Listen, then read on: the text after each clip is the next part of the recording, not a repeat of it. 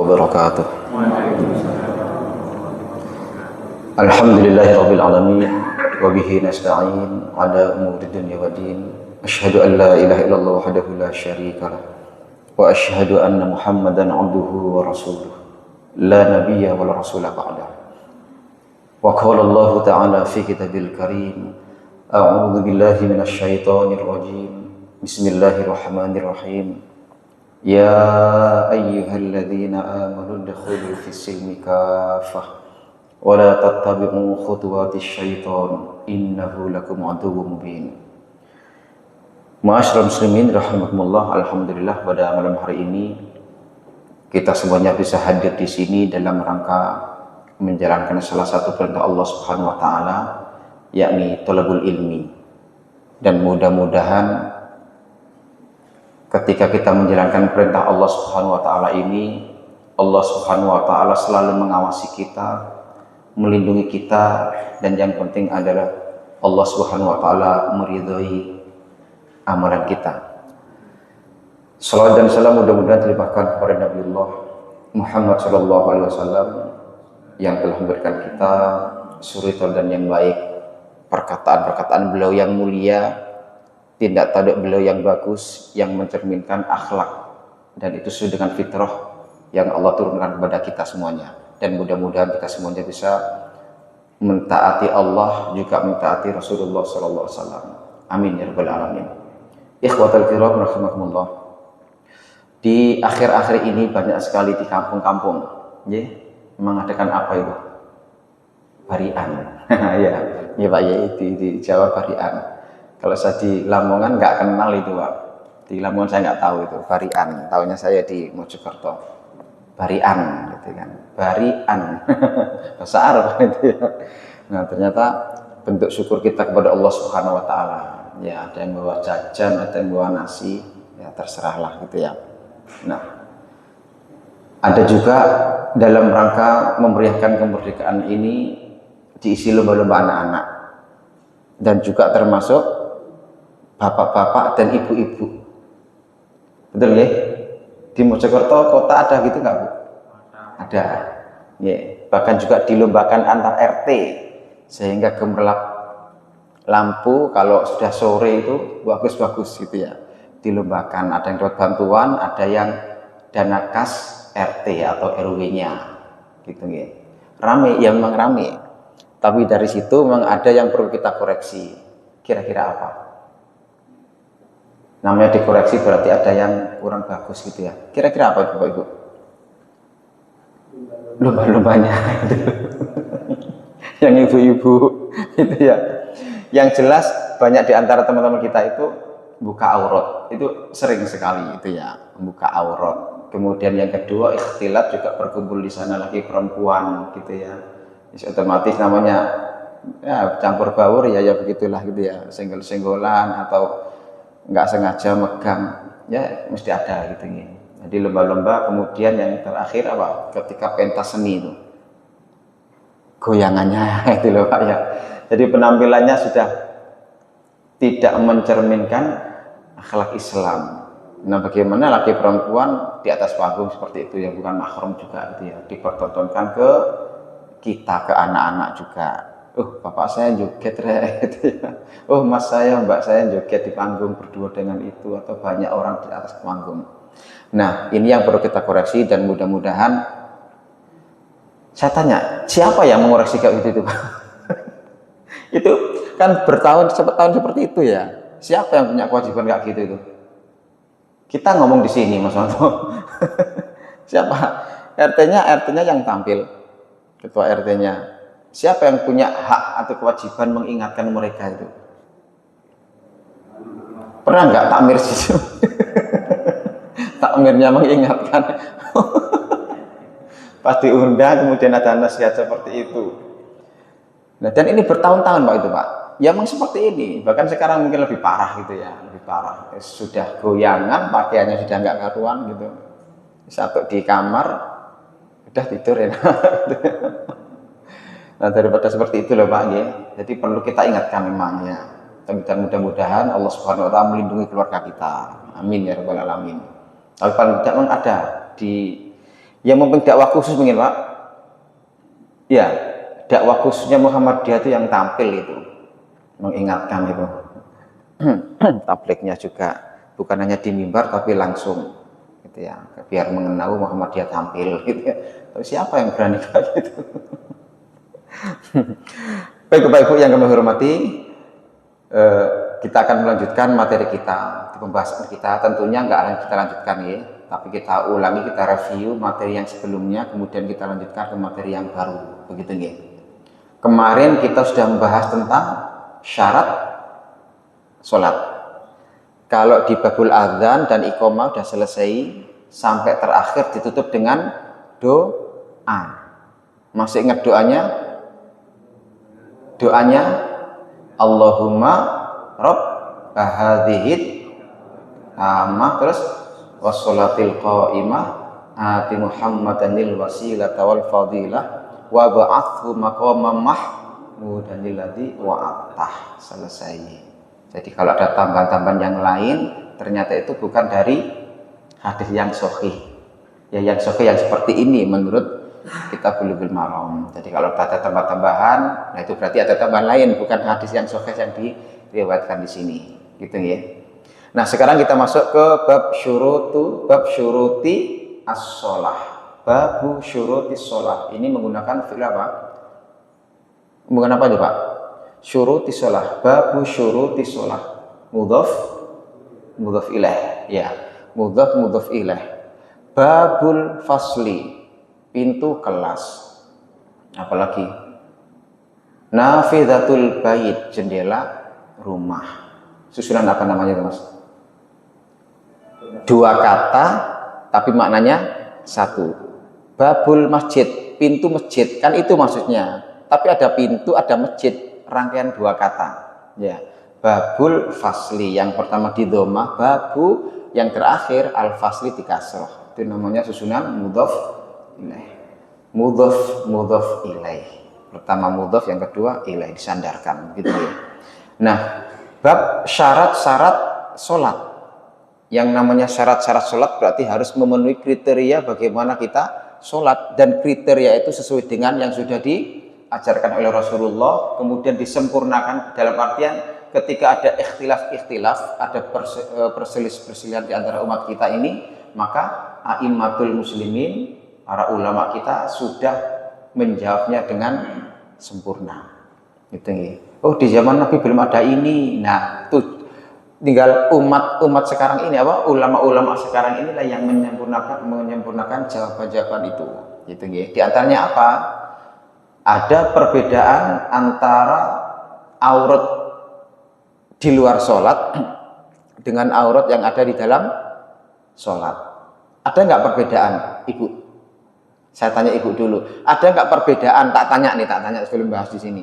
Perbedaan aurat di luar sholat dengan di dalam sholat ketika kita sholat. Ada perbedaannya enggak? Tidak ada. Bapak-bapak jawabannya, Pak? Ada. Menang mana antara ada dan tiada? Nanti kalau kita sudah belajar, oh ternyata seperti ini kan gitu ya. Ada toh bedanya antara aurat di luar sholat dengan ketika kita sholat. Kalau nggak belajar Mas belum tahu gitu ya. Kalau sudah ternyata seperti ini ya, akhirnya tahu gitu. Yang pertama syarat sholat apa? Beragama Islam. Syaratnya harus Islam dulu. Kalau nggak Islam nggak boleh sholat gitu ya. Harus Islam. Ada nggak orang non Islam yang mau sholat? Ada ya, kita lihat di YouTube kan ada tuh Pak ya. Penasaran kayak apa sih orang Islam sholat meskipun tidak sesuai dengan auratnya itu sholat. Penasaran dengan sholatnya orang Islam, tapi nggak diakui, itu nggak sah gitu ya. Yang kedua tamyiz. Apa tamyiz? Bisa membedakan antara benar dan salah. Oh itu nggak boleh itu, oh ini boleh, sudah tahu. Nah biasanya ketika tahu benar salah itu umur berapa ini Pak, Bu? 7 tahun udah tahu itu. Ya, 7 tahun itu berarti kisaran anak kelas 1 SD. Sudah tahu, meskipun nggak semuanya gitu ya. Yang semu-semu, yang nggak jelas ya mungkin nggak tahu, tapi kalau mukul itu beneran apa salah, tahu dia itu nggak boleh mukul, itu dia tahu tingkat SD gitu ya, tamyiz. Kemudian yang ketiga, berakal. Maknanya apa? Ketika orang itu sudah nggak punya akal alias gila, maka dia nggak punya kewajiban untuk melaksanakan sholat. Sedangkan tiap orang Allah kasih akal. Nah, kenapa kok bisa nggak berakal? Bagaimana kalau menurut riwayat Pak? Ada orang yang berakal, sehat semuanya. Di perjalanan hidupnya tiba-tiba akalnya bermasalah. Konslet misalnya ya. Nah, bagaimana tinjauan ulama terkait dengan orang gila ini? Yang pertama dilihat dari penyebabnya kan. Kenapa kok gila? Nah, mungkin nggak mau tidur, wudhu, ya sikatan, ya wudhu, kemudian doa, bangun-bangun gila. Kok nggak mungkin gitu loh ya. Nggak mungkin. Tapi kalau mikirkan cowok, mikirkan cewek, akhirnya klien itu yang gila, nah itu mungkin. Jadi kemungkinan orang-orang yang gila itu ya memang dalam hal konteks yang negatif. Tapi kalau yang positif terus insya Allah Allah lindungi itu Pak. Gitu ya. Sholat kok gila? Kayak nggak mungkin lah sholatan kok gila. Pasti ada sesuatu yang menjadikan dia gila. Nah sesuatunya itu pasti yang negatif. Gitu ya. Nah mudah-mudahan kita juga dijauhkan dari pikiran-pikiran yang gila itu dia. Jadi kita berakal afala ta'qilun. Nggak mikir kan gitu ya Allah ya. Sindir afala ta'qilun. Apakah kamu nggak mikir? Dikasih akal kok. Jadi mikir yang bagus-bagus, yang benar-benar gitu ya. Nah, Islam, tamyiz sama berakal ini bisa dilaksanakan dalam konteks ibadah yang sifatnya fisik, kecuali ibadah haji. Gitu ya. Jadi anak kecil meskipun dia belum balik, boleh nggak umroh? Boleh. Tapi dalam hal konteks sholat, anak yang kecil belum dinilai sholat. Nggak memenuhi kriteria persyaratan sholat pun tidak apa-apa. Kenapa? Ya karena masih kecil, gitu ya. Jadi belum ada penilaian. Tapi meskipun kecil, ibadah haji atau umroh diperbolehkan, monggo silahkan. Gitu ya. Khusus sholat tidak boleh. Tapi boleh nggak sholat? Ya boleh. Tapi belum masuk penilaian persyaratan sholat. Yang keempat, apa syarat sholat? Sudah masuk waktunya. Jangan sampai sebelum zuhur kita sholat zuhur, belum asar sholat asar, nggak boleh ya. Jadi harus masuk waktunya dulu. Seperti puasa juga gitu, jangan puasa Ramadan belum Ramadan. Ya nggak benar juga itu. Sholat subuh belum subuh, nggak boleh ya. Harus ketika sudah masuk waktunya. Dan sekarang ini Allah mudahkan, HP sudah bisa, arloji pun sudah bisa. Kalau dulu para sahabat bingung ini sholat sudah subuh apa enggak, zuhur apa enggak, kita enggak, sudah ada waktu, enak ya. Jadi orang sekarang sudah dimudahkan dengan waktu sholat ini. Selanjutnya suci dari hadas. Masih ingat hadas itu apa? Hadas bukan hadatsana, bukan itu ya. Kadas bukan kadas juga. Hadas apa? Hadas keadaan kita tidak suci. Disebabkan karena apa Bapak Ibu? Hubungan suami istri ya, berarti dia sedang ada haid, kencing, apalagi BAB. Nah itu sedang berhadas. Jadi nggak boleh ketika kita berhadas kemudian sholat, harus suci dulu gitu nih. Nah sucinya itu ada cara-caranya, di antaranya kalau kita pelajari dulu. Kalau kencing diceboi, kalau keluar mani, nah bagaimana sudah kita pelajari. Harus suci dari hadas. Yang keenam, suci dari najis. Najis itu bisa melekat ke pakaian sama ke badan, betul nggih? Kalau hadas bisa nggak melekat ke pakaian? Hadas bisa nggak?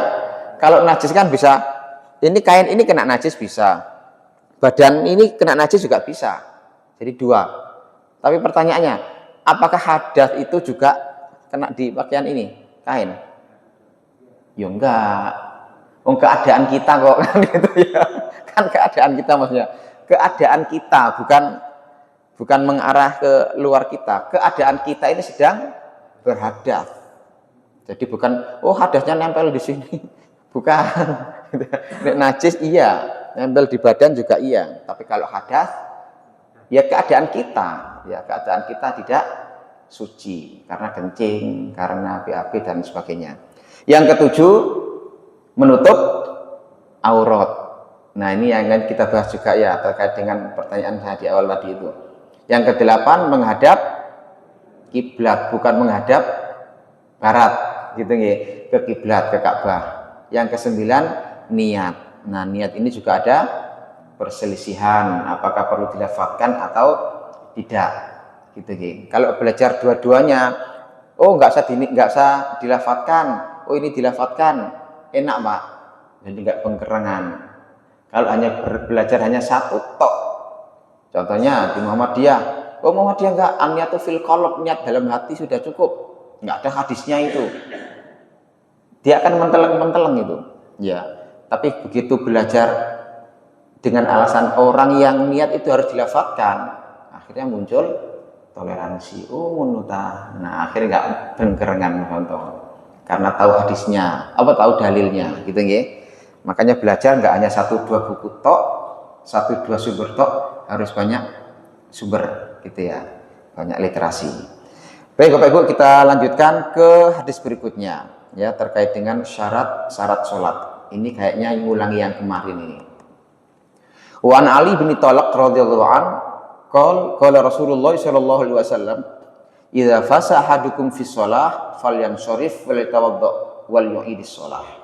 Rawahul khamsah wa sahhahu Ibnu Hibban.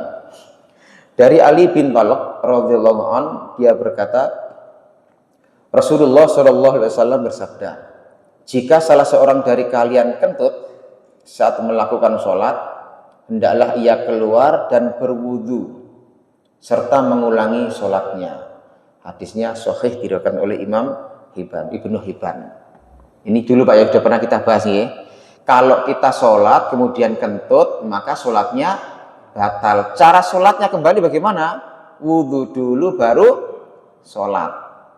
Sedangkan tata caranya ketika kita batal di tengah shaf, bagaimana sudah kita bahas ya. Makanya takmir masjid itu harus juga memperkirakan ketika kita sujud itu standarnya berapa meter itu atau berapa senti.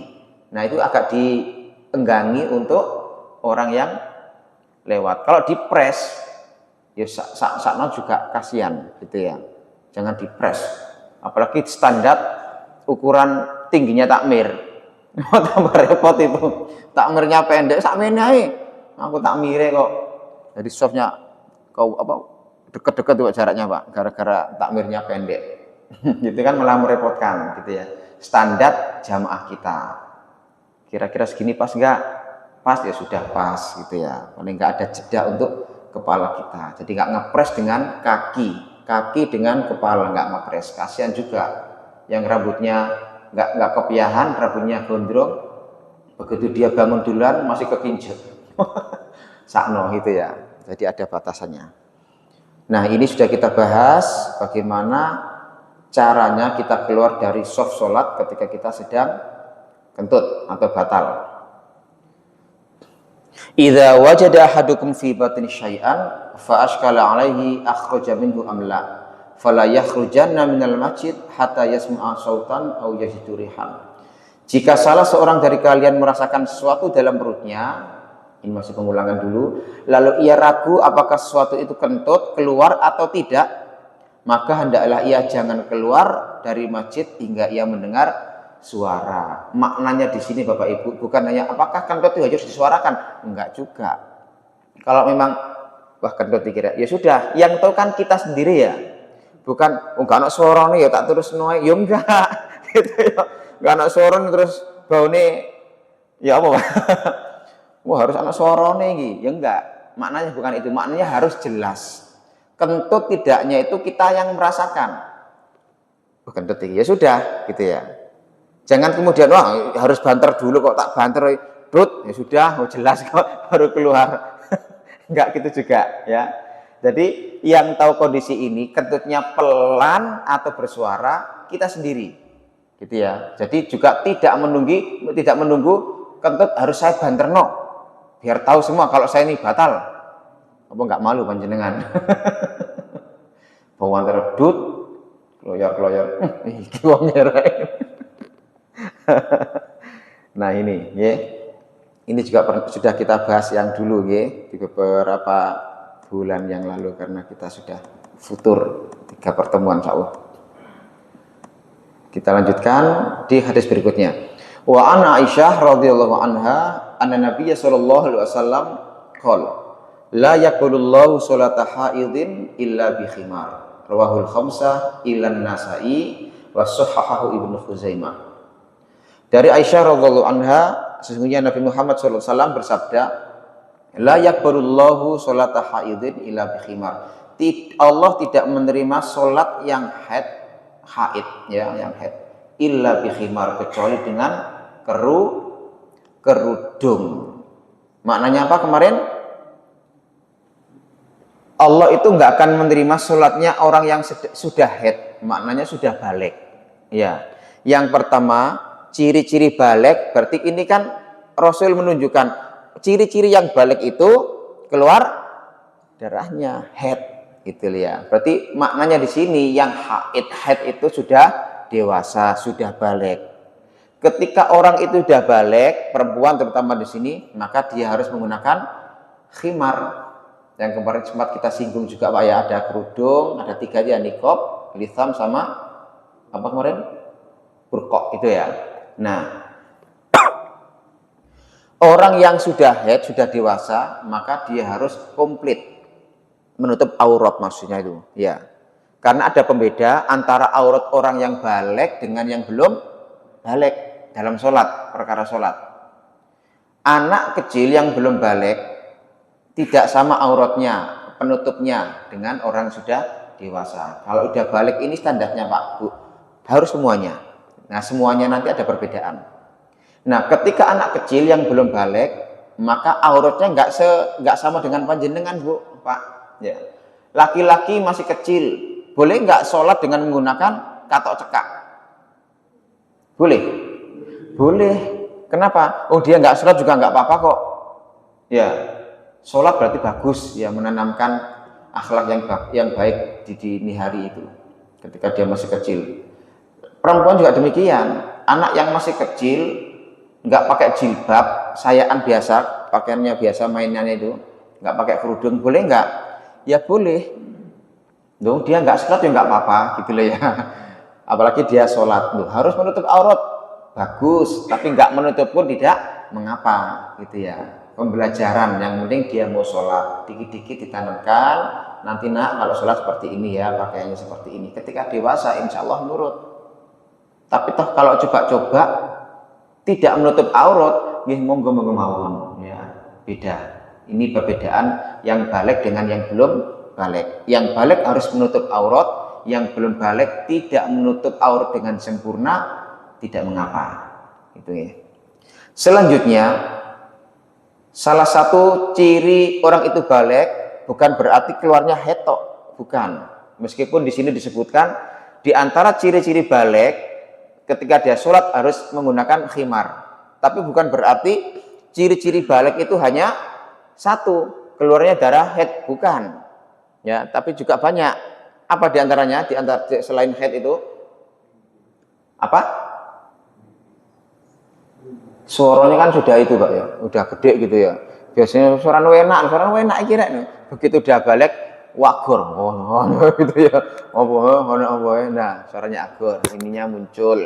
Kemudian bulu kemaluannya sudah mulai muncul, nafsunya sudah mulai muncul. Nah, itu ciri-ciri balik.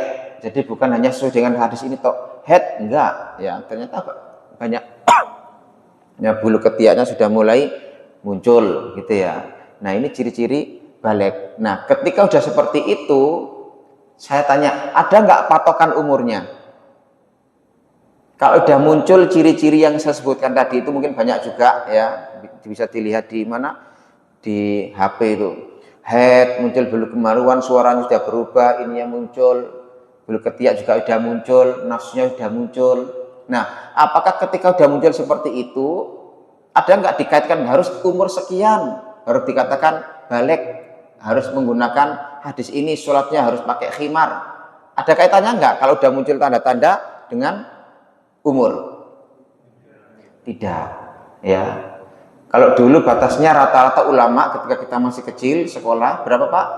15. Ya, dulu nggak tahu ya patokannya ulama kenapa kok 15. Ya, mungkin karena umumnya segitu baru muncul. Sekarang kan enggak.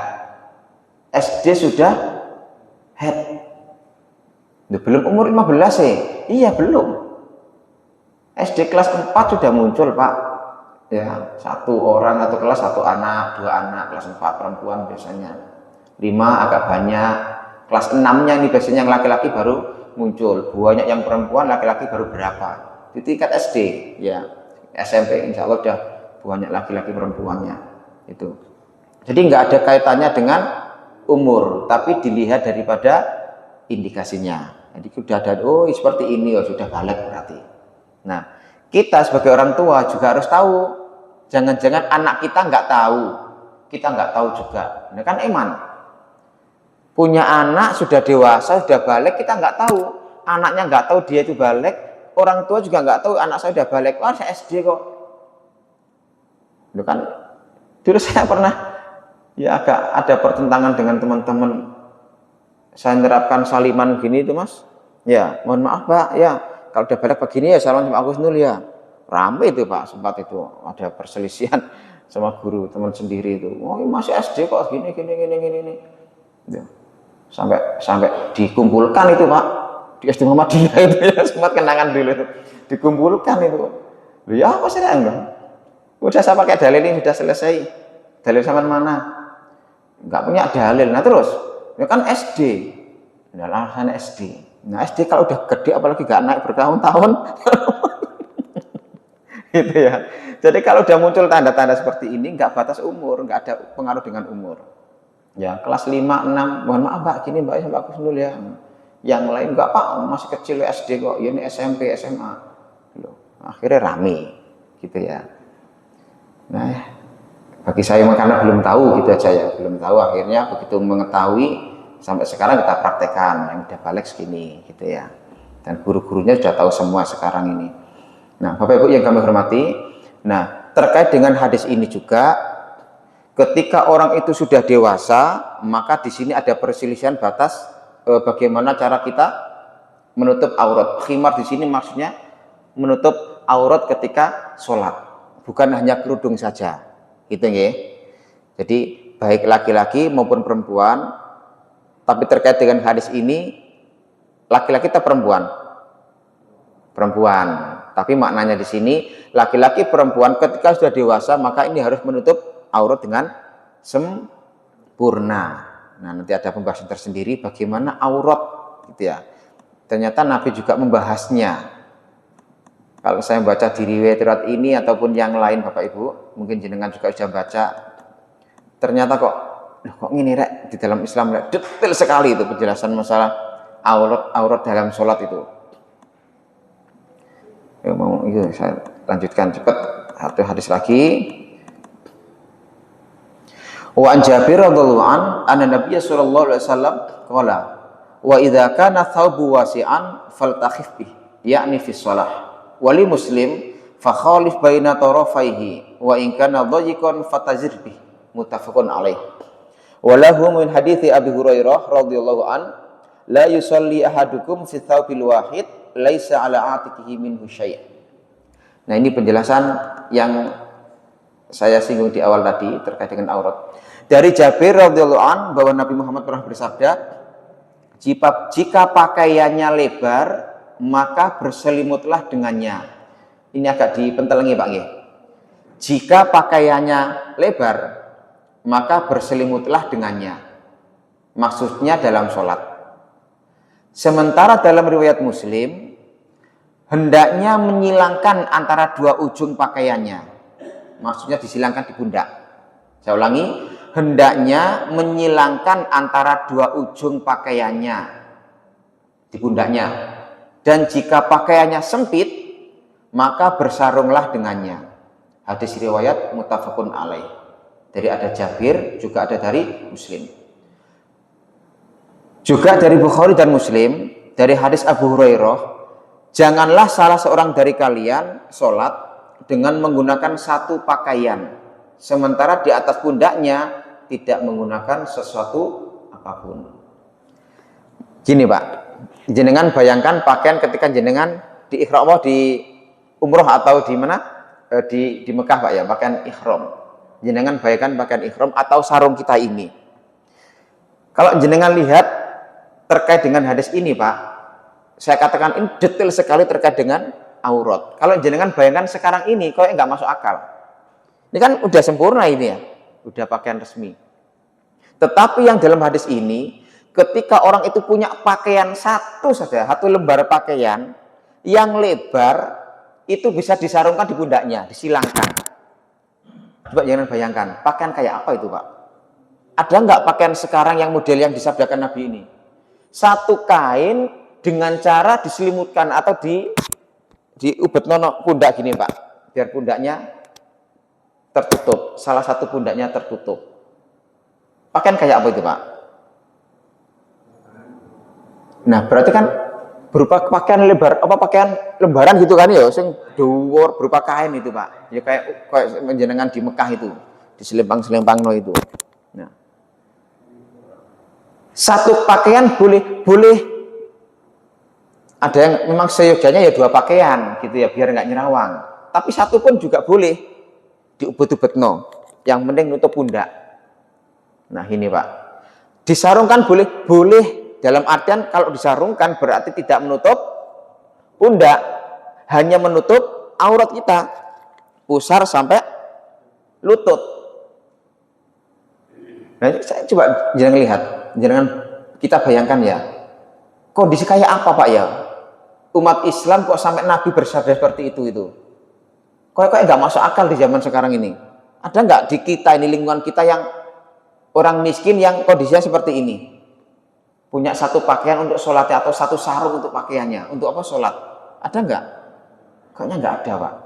Tapi Nabi sudah memberikan kondisi seperti ini. Ini orang seperti, bayangkan seandainya kok benar-benar miskin hanya punya satu sarung tok atau satu kain tok. Seperti ini caranya, gitu loh Pak. Gitu ya. Jadi kapan ini akan ada? Ya wallahu alam. Ya, sekarang ini belum ada, nggak ada. Ya, sejak saya kecil nggak nemukan orang miskin sampai seperti kondisi hadis ini, nggak ada itu Pak. Belum menemukan kita. Tapi seandainya ada, Islam pun bisa mengatur seperti ini. Nih hanya punya selembang kain tok. Nih cukup selembang kainnya cukup, silakan diubet no. Ini sampai pundak. Nih nutup besar lebar. Selempang no bisa. Kalau sempit, kata Nabi diapakan? Cukup disarungkan saja. Sarungan yang penting menutup aurat. Coba Pak, kalau sekarang ada jamaah di sini modelnya kayak udahlah nggak pakai ini yang ini, diselempang no aja lah kayak Tarsan gitu ya, diselempang no. Ya apa? Kira-kira dirasani apa enggak? Si omongan pura udah gaya dirasani Pak. Ya. Bahkan mungkin kita belum belajar ini mungkin kita ngerasani. Kok iso ngono macam-macam lah Pak omongan kita itu ya.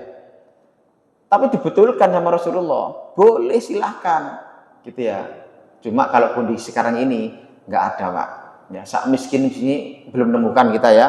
Kondisi kayak gitu hanya punya satu kain di betul-betul nggak nemukan kita. Apalagi itu masih pondai satu Pak.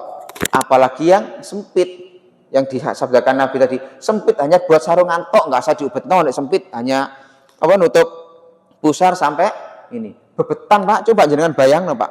Ya, ini mendingan dia. Coba kalau segini loh Pak, ngomongin ya. Pas ngepres di bawah lutut ini tok. Ya apa jenengan lihat kondisi orang Islam sholat seperti itu.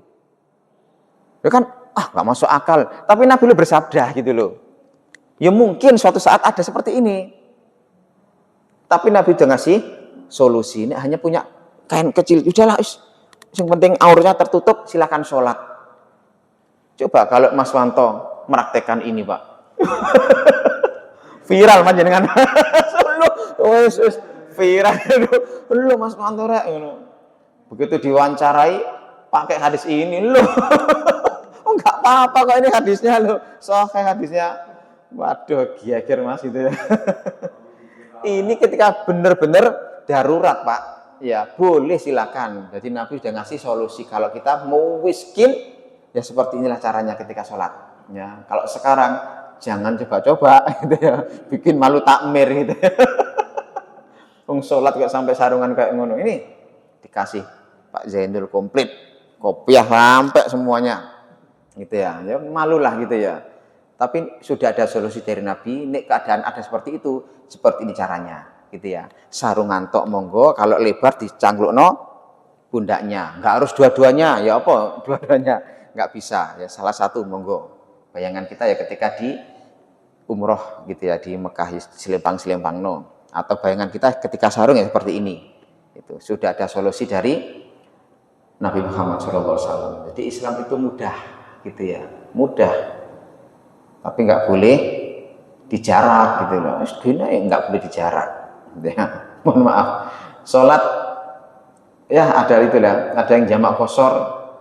Maaf, ada yang dijamak kan maghrib isya itu ketika kita pelatihan boleh. Ya ada beberapa boleh. Tapi juga ada yang tidak, gitu ya. Muhammadiyah biasa melaksanakan jamak maghrib sholat di terawas. Kan itu ya Pak ya. Di teras boleh. Ya monggo pemahaman beda. Loh itu kan belum sampai 8 kilo. Ada yang mengatakan minim berapa kilo? 5,5. Ya 5,5 jamak. Itu zaman dulu ketika kita masih ketika nggak ada kendaraan seperti ini. 5,5 boleh dijamak. Kondisinya soro. Sekarang ini enggak.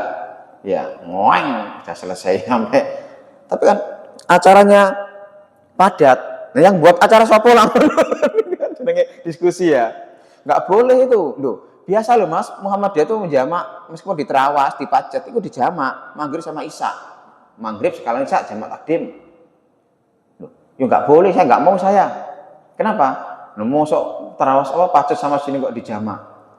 Loh, acaranya padat ini. Sopo sih nggak acara? Biasa kan? Sopo sih kan kita sendiri yang buat acara itu. Iya, nah kan dijeda kan bisa untuk sholat.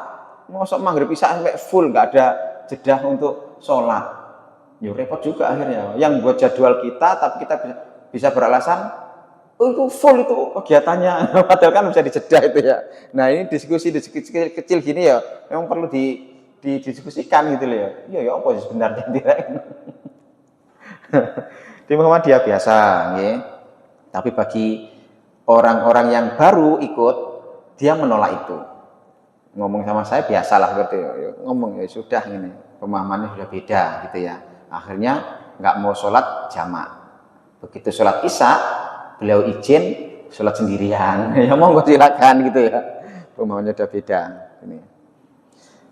Nah, Bapak Ibu di sini ada perselisihan di antara alim ulama terkait dengan aurat di luar sholat dan aurat di dalam sholat. Gitu nggih. Yuk kita pelajari biar kita paham. Menurut Imam Ahmad dan mazhab apa itu? Imam Ahmad itu? Mazhab apa Mas? Mazhabnya Imam Ahmad ya. Ketika sholat itu harus menutup semuanya kecuali wajah dan kedua telapak tangan, berarti sama dengan di luar sholat. Tapi ada ulama lagi yang menyebutkan, di antaranya Syekhul Islam Ibnu Taimiyah, Imam Abu Hanifah dan lain-lain yang sepaham dengan beliau itu, aurat di dalam sholat apa kebalikannya tadi itu? Auratnya semuanya kecuali apa nih? Telapak kaki. Jadi harus tertutup. Nah, ini tertutup ya. Ini Syekhul Islam Ibnu Taimiyah sama Imam Abu Hanifah harus tertutup. Yang tidak masuk aurat adalah kedua telapak kaki. Kalau yang umumnya tertutup semuanya kecuali wajah dan kedua telapak tangan. Ini bedanya. Gitu nggih. Jadi ini yang saya maksud, antara aurat di luar sholat dengan di dalam sholat ada perbedaan di antara ulama. Ada yang seperti menyamakan dengan di luar sholat, ya tetap terbuka nggak apa-apa. Gitu nggih. Tetapi ada juga Imam Abu Hanifah, Syafi'i bin Taimiyah, oh enggak, harus tertutup. Yang boleh dibuka, yang boleh kelihatan adalah telapak kaki, kedua telapak kaki. Nah, kalau di kita Pak, Bu, yang umum yang mana? Yang boleh terlihat mana, Bu? Yang ketika panjenengan sholat, yang terlihat wajah sama kedua telapak tangan. Jadi kalau seandainya panjenengan atau kita di masjid yang mana gitu ya, was ngelencer, loh, sholat kok kelihatan apa telapaknya ini terus begini di masker atau pakai cadar gitu ya, ini harus tutup gini. Nah itu berarti pemahamannya sesuai dengan pemahaman Imam Abu Hanifah. Nah kalau kita nggak tahu seperti itu mungkin kita ngerasani sholat kok kayak ngono, mungkin gitu ya, karena ketidaktahuan kita. Begitu kita tahu, oh ternyata dibolehkan nih menurut Imam Abu Hanifah, ya silakan. Akhirnya nggak rame Pak Bu. Kalau kita hanya satu tok, oh yang kelihatan hanya muka sama kedua ini tok. Oh posat kok ngono. Udah. Gara-gara satu ilmu tok itu yang kita yakini, akhirnya kita menyalahkan orang lain.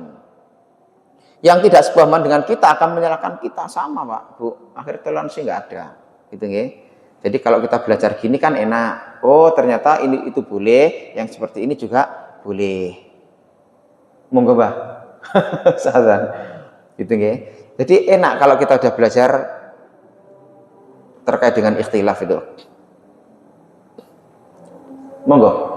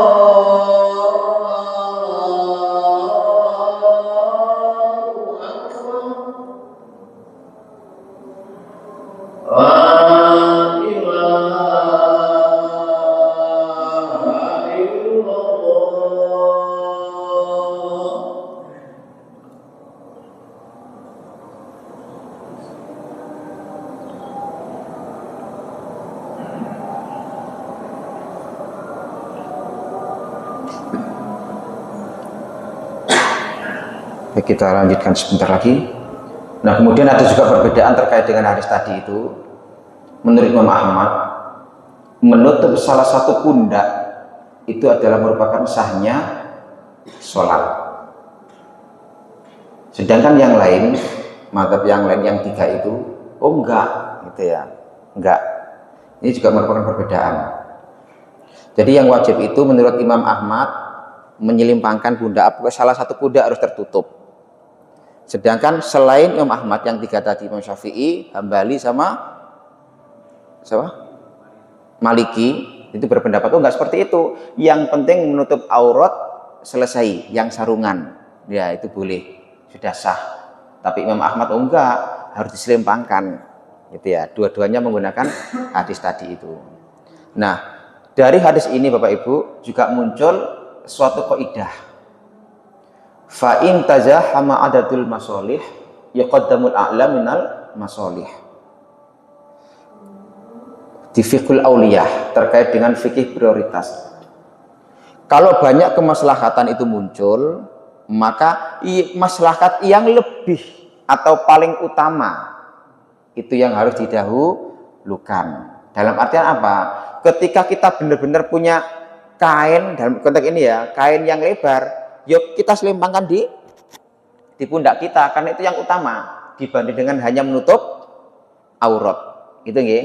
Maka hadisnya Nabi tadi kan nek lebar selimpangkan sampai pundak, tapi kalau sempit kainnya, sarungnya apa, kainnya sempit, kecil, cukup nutup aurat. Nah, muncullah kaidah tadi itu, ya.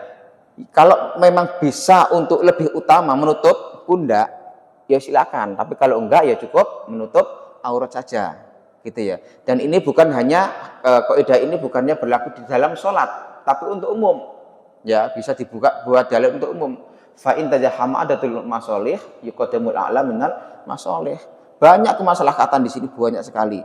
Ya kita nggak usah bingung, ya tinggal kita musyawarah mana manfaat dan madharat daripada kebaikan-kebaikan ini. Ambil yang banyak kebaikannya, itulah yang kita lakukan, gitu ya. Dan banyak juga terkait dengan kaidah-kaidah fikul auliyah, okay?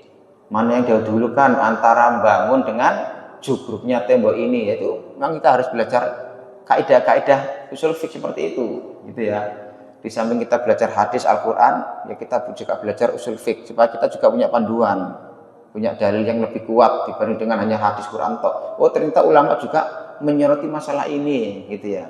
Rokok bukan hanya dalil dari Al-Quran Sunnah kan, tapi itu dari apa? Segi kesehatan, gitu ya. Melibatkan orang-orang yang ahli di bidangnya, gitu. Jadi bukan hanya Al-Quran dan hadis tok, enggak, gitu ya.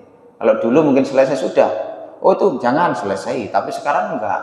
Butuh dalil yang konkret, butuh bukti yang konkret, beneran rokok itu bisa merusak kesehatan itu. Nek payah yang jawab nggak dipercaya.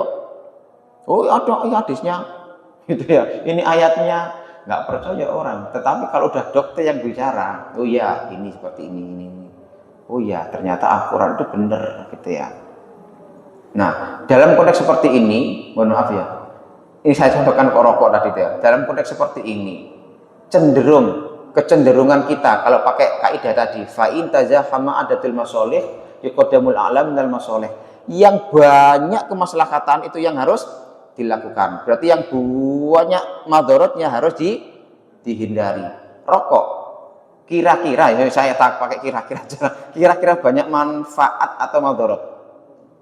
Madharat. Berarti kalau kita benar-benar sesuai dengan kaidah ini, merokok apa enggak? Pilih ngerokok apa enggak? Enggak. Kan enggak kan ya. Kan ini ya itu loh. Jadi kalau buat apa ngerokok banyak madharotnya kan gitu ya. Apa? Ya ngaji enggak. Ini habis itu.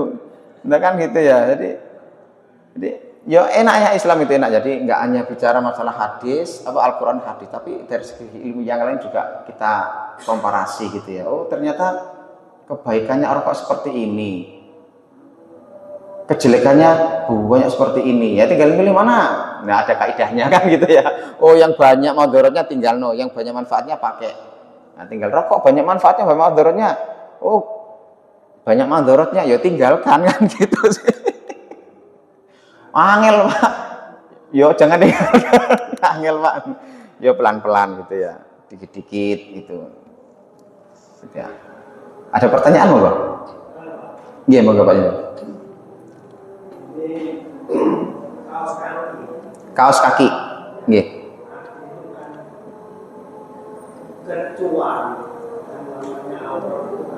Terutama yang ibunya. Nggih. Nah, boleh kecuali adalah telapak tangan maupun Wajah. wajah. Dan telapak kaki ini apakah kategori banyak manfaatnya, tapi kalau ditutup dengan pakai Kaos kaki. nah itu bagaimana? Untuk yang Terutama. pelajaran saya tidak pakai Iya, dikira buduren ngono Pak ya. Gitu ya. Buduren niku ono kaki enek perempuan apik iku gitu ya. Nggih, terima kasih Pak Zainul. Ibu-ibu panjenengan dalam kondisi umum biasa gini ya, di perkotaan. Dalam hal aurat, nyaman nggak menggunakan kaos kaki? Ke pasar kaos kakian, mau kemana kaos kakian? Pengajian apalagi gitu ya. Nyaman kan ya panjenengan. Coba kalau panjenengan posisikan punya empati, jenengan berada di pedesaan ya, desa Bu, comot-comot no sawah, nyaman kan jenengan itu? Makanya ada perselisihan kan Pak tuh ya, di pengecualian di tempat-tempat gitu yang pekerjaannya memang di situ ulama memberi apa keringanan. Ya, tapi kalau enggak eman saya, ya sudah monggo dipakai. Toh jenengan kaos kakian, enggak kaos kakian ya comot, enggak kelihatan itu kaos kaki apa enggak, sama-sama kena lempung kan gitu ya. Makanya ada ulama lupa namanya ya, ulama silakan karena memang pekerjaannya seperti itu dibolehkan dikasih rukhsah. Gitu Pak nggih. Tapi kalau seperti ini, wah enggak kaos kakian aku, saya yakin itu males itu. Ya, ingin membuka aurat saja gitu ya. Jadi sekiannya menutup aurat memang di keadaan kita yang di kota atau yang dalam keadaan enggak soro-soro seperti yang di desa kerjanya itu ya, kaos kakian gitu Pak nggih. Itu lebih utama. Tapi ketika di desa yang jomblo di lempung-lempung itu ya susah gitu ya. Tapi kalau mau pakai sepatu boot, sepatu yang tinggi itu ya monggo nggak apa-apa bagi ibu-ibu yang di sawah gitu ya. Tapi rata-rata ya nggak pakai gitu ya. Oh yang di sawah pakai nutup aurat aja jarang, apalagi memperhatikan sampai jauh rob kaos kaki gitu nggih. Jadi nggih terima kasih Bu atas jawaban panjenengan gitu ya. Mereka jenengan jujur ya. Coba jenengan kalau pindah di Delanggu Bu, sama tonggo-tonggo saya, habis subuh sudah dijemput truk, diangkut laki perempuan geruduk gitu. Soro Pak. Saya ya Allah, wah kasak-kasak orang Delanggu itu betul kan Pak. Habis subuh sudah antri di rumah saya kan deket pos kampling itu jejeran itu, nunggu di pos di rumah saya duduk gitu nunggu truk. Begitu truknya datang keruduk gitu, ya Allah itu ya soro makanya ketika jenengan lihat seperti itu kok jenengan ya pengajian jangan dirasani Bu. Jangan dirasani enggak pengajian nambah naik truk itu kerja itu Bu. Ya, kerja itu ya. Dapat sekarang berapa? 60 ya sekarang ya ibu-ibu itu ya. Kalau bapak-bapak di atas itu 60 Bu, sore Bu. Berangkat habis subuh pulang jam 4 Bu. Bisa-bisa jam 5 karena nunggu jemputan truknya itu. Sakno Bu itu Bu. Ya makanya jangan dirasani orang-orang kayak gitu itu. Wis tua betul lah enggak kasakan enggak kasakan sawah. Ya emang iya apa no sawah kasakan itu. Gitu ya. Yang lain monggo. Ibu-ibu lo nggak tahu nanya kok, heran saya. Ini Pak dikasih hadiah paling nanya itu Pak. Iya monggo. Balik nih. Panjenengan mengembangkan bahwa ada satu ini, salah satu termasuk menyukai lawan. Nafsu masih punya nafsu ya. Kalau misalkan semuanya tidak memenuhi, kemudian hanya satu sudah mampu menyukai lawan. Kalau nggih terus nggih Pak. Kelas 3 4 SD itu bisa. Iya. Jadi orang yang balik itu kan jelas sudah ada perasaan, oh itu seneng ya, kan mesti ada itu Pak ya. Apakah itu berlaku bagi orang yang belum balik? Juga iya Pak. Ya jangan dikatakan tadi, yang balik itu iya. Apakah yang nggak balik juga punya nafsu? Iya. Anak kecil dalam artian senang loh, hanya sekedar loh Pak ya, bukan nafsu sing gitu ya. Apakah ya iya? Buktinya apa? Loh, anak kecil aja ada yang zina kan Pak? Ya dong? Kan ada kan Surabaya itu. Anak Surabaya itu. Loh itu kan ada, berarti kan punya nafsu di situ. Suka sama suka kok. Berarti ada nafsu karena sering mungkin lihat porno atau yang lain gitu ya. Nah, apakah ketika salah satu itu muncul, apakah dikatakan balik? Enggak. Ini nafsu ini loh Pak ya. Enggak. Kenapa? Ya karena apa ya? Nafsu kecil Pak. Anak nafsu sudah dikasih Allah nafsu itu kecil, itu memang indikasi salah satu daripada dia itu balik tapi belum balik itu. Kenapa? Ya karena umurnya apa hormon-hormonnya dan kalau dilihat dari segi kesehatannya itu belum gitu ya. Tapi kalau orang yang balik pasti dia punya nafsu gitu ya. Jadi kenapa kok Nabi bersabda seperti yang dikatakan itu yang haid, bukan yang punya nafsu atau ciri-ciri yang ngapunten ya bulu kemaluannya sudah muncul. Kenapa kok nggak seperti itu Nabi? Karena yang haid, kan haid itu memang jelas-jelas umum semua orang tahu, siapapun kalau udah haid mesti dia itu udah balik. Kondisi umum itu iya. Yang balik pasti dia punya nafsu, yang balik pasti dia punya bulu kemaluan itu udah muncul, ini udah muncul, suara udah muncul, berbeda daripada yang sebelum balik. Itu sifat-sifat yang umum. Jadi Nabi katakan itu yang haid semuanya umum, pasti itu. Tapi yang selain haid belum tentu. Di antaranya yang nafsu tadi itu, anak kecil belum balik ternyata sudah punya nafsu. Itu ya, gara-gara apa? Melihat porno di Surabaya. Naudzubillah kan anak kecil-kecil kayak gitu itu Pak. Yo, 2000-an, 2000 Pak. Mana kaget saya berita kok, loh. Anak itu umur berapa? Kelas 1 kan itu ya. 4 orang, loh. Kan lucu itu Pak. Aku ya Allah, zaman kayak gini Pak. Itu ya, kelas 1 umur 2000. Ya mudah-mudahan dijauhkanlah kita dari itu semuanya ya. Oke, baik Bapak Ibu, mohon maaf wa al-miswab. Kita tutup dengan alhamdulillah. Alhamdulillahirabbil alamin. Kemudian doa majelis. Subhanallah wa bihamdihi, asyhadu an la ilaha illa anta, astaghfiruka wa atubu ilaik. Wassalamualaikum warahmatullahi wabarakatuh.